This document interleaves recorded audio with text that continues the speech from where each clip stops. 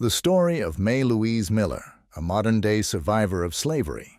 Mae Louise Miller was born in the 1940s in the Deep South, in Mississippi, a time and place where slavery had supposedly ended long ago. The Civil War had abolished slavery in the 1860s, but for Mae and her family, freedom was still a distant dream nearly 100 years later. Mae grew up working on a plantation, picking cotton, pulling corn, digging potatoes, forced into back-breaking labor with no pay and no way out. For years, Mae, her sister Annie, and their parents lived as slaves, isolated from the rest of the world. They didn't know about the laws or freedoms that existed beyond the boundaries of the plantation. Like many other black families in the South, they were held in involuntary servitude, a form of modern-day slavery that persisted well into the 20th century. I came from a very poor family, and we was in slavery. We didn't have food, clothes, shoes. We really didn't have much of nothing. And the clothes we had was a cocoa sack. Each one of us had a cocoa sack with 3 holes cut in it, and that was your clothes. Your shirt, pants, and underclothes, or whatever you want to call it, dress. We had no shoes. We had to kill what we eat. We didn't have a stove. We really didn't even have a house. We lived laid on the grass, on the dirt. The hay was our bed, and we covered with the hay was our cover. We laid with snakes. We ate snakes. We ate the crickets.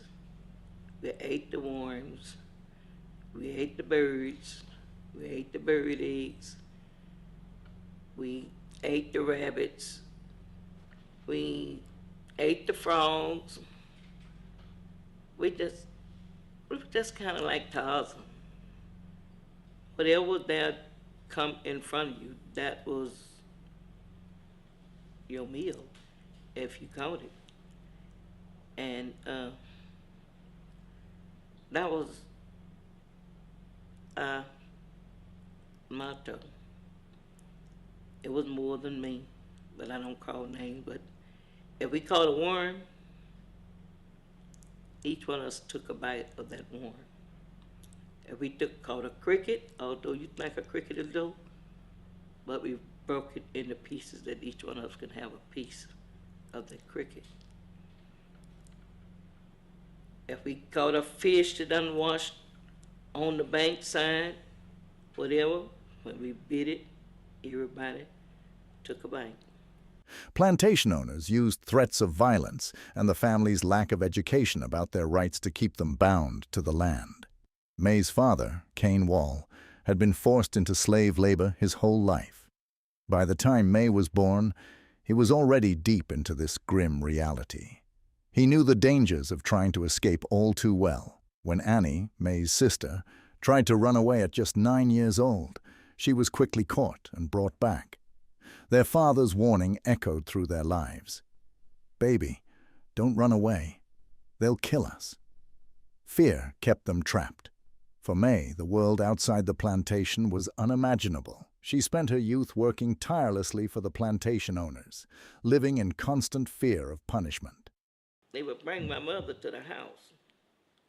And when they bring my mother to the house, one of us would have to go with my mother, so the master said. And so this was the particular time that I had to go with my mom. So they raped my mom.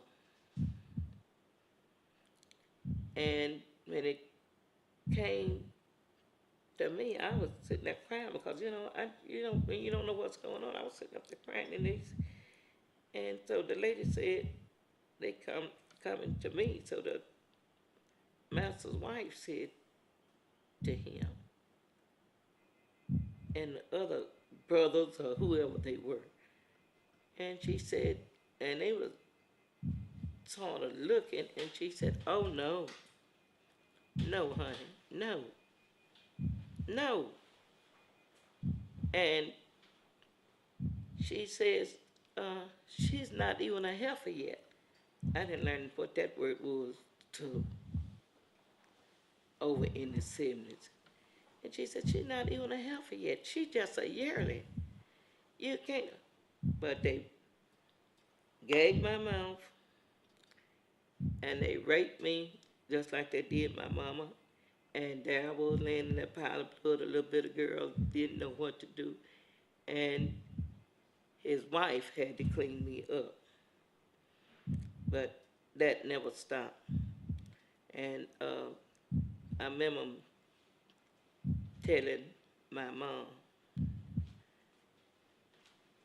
if you go tell that old nigger what happened here today, we's gonna kill everybody. The family was controlled by threats, their lives dictated by the whims of the people who treated them as property, not human beings. The Millers' story, like those of many other African Americans, remained hidden for years. A dark secret that exposed the brutal truth that slavery did not truly end for everyone in 1865.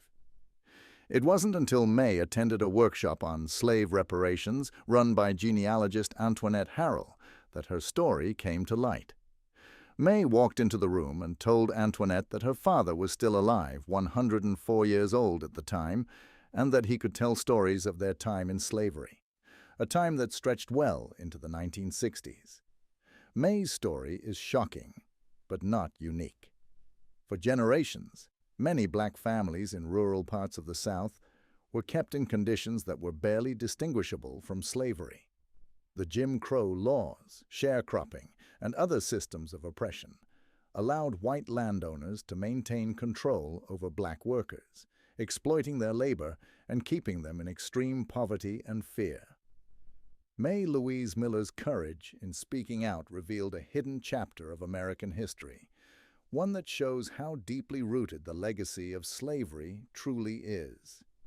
Her story is a stark reminder that freedom, even when legally declared, is not always guaranteed in practice. It takes the voices of those who lived through such injustices to remind us that the fight for equality and human rights is ongoing.